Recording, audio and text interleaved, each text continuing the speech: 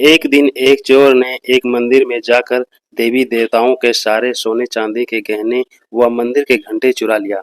जब वह सारा सामान लेकर जंगल के रास्ते से गुजर रहा था तो एक भूखे शेर ने उस पर हमला कर दिया और उसे मार दिया। शेर ने चोर के शरीर का कुछ भाग खाया और बाकी बचा भाग वहीं छोड़कर चला गया। थोड़ी देर के पश्चात कुछ बंदर उस मृत चोर के क्षत विक्षत शव के पास आए।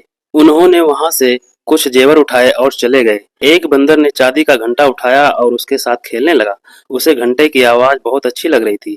उसके बाद वह सदैव उस घंटे को अपने पास रखता था।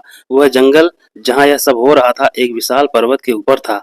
गांव के लोगों को जब पर्वत वाले जंगल से घंटे की आवाज आती तो वे डर जाते। वे सभी इस बात से हैरान होते और इस रहस्यमयी बात पर चर्चा करते।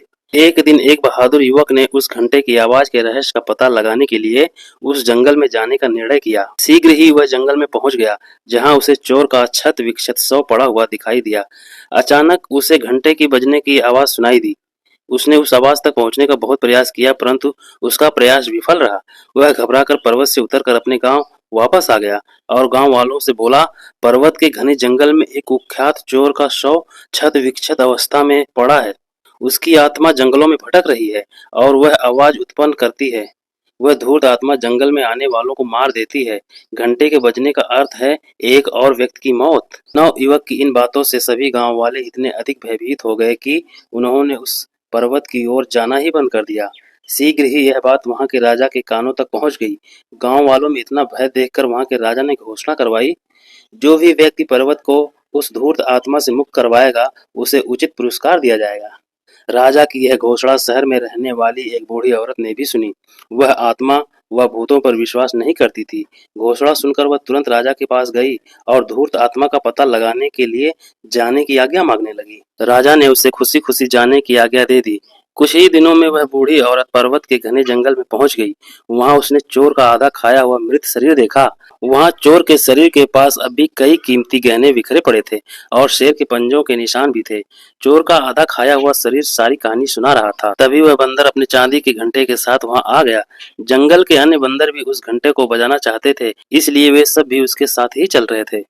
यह सब देखकर बूढ़ी औरत तुरंत सारी घटना समझ गई। वह वापस राजा के महल में आ गई और उसने राजा को सारी घटना विस्तार से सुनाई और अंत में बोली, महाराज, वहाँ अनेक धूर्त आत्माएं हैं। मैं उन्हें वहां से भगा दूंगी और प्रमाण के लिए उनका वह चमत्कारी घंटा उनसे छीन लाऊंगी। ओह, यदि आप यह सब कर सको तो आपका बहुत बहुत धन्यवाद। क्या आपको अपने साथ ले जाने के लिए कुछ लोगों की या किसी विशेष वस्तु की आवश्यकता होगी? राजा ने पूछा। नहीं महाराज, उन दुष्ट आत्माओं की पूजा करने के लिए मुझे केवल कुछ फल व सूखे मेवों की आवश्यकता होगी। मैं वहां अकेले ही जाऊंगी, लेकिन मुझे मेरा उचित पुरस्कार मिलना चाहिए। हाँ, मैं आपको आश्वासन देता हूँ कि इस कार्य के लिए आपको उचित पुरस्कार दिया जाएगा। इस प्रकार वह बूढ़ी औरत पर्वत के घने जंगल में चली गई। जंगल में पहुंचकर बुढ़िया ने बंदरों को फल व सूखे मेवे खाने को दिए।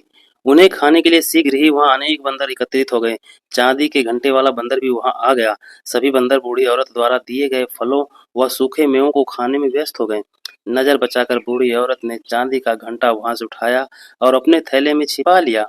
इसके पश्चात उसने मृत चोर के पास पड़ी कीमती वस्तुओं को उठाया और वापस राजा के पास आकर बोली, महाराज, यह है वह रहस्यमयी घंटा जिसे धूर्त आत्माएं बजाती थी। मैंने उन्हें पर्वत के जंगल से भगा दिया है। अब वे जंगल में कभी वापस नहीं आएंगी।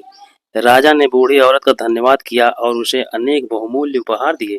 राजा द्वारा दिए गए उपहार तथा चोर के पास से उठाई कीमती वस्तुओं के प्रयोग से बूढ़ी औरत अपना बाकी का जीवन ऐशो आराम के साथ बिताने लगी।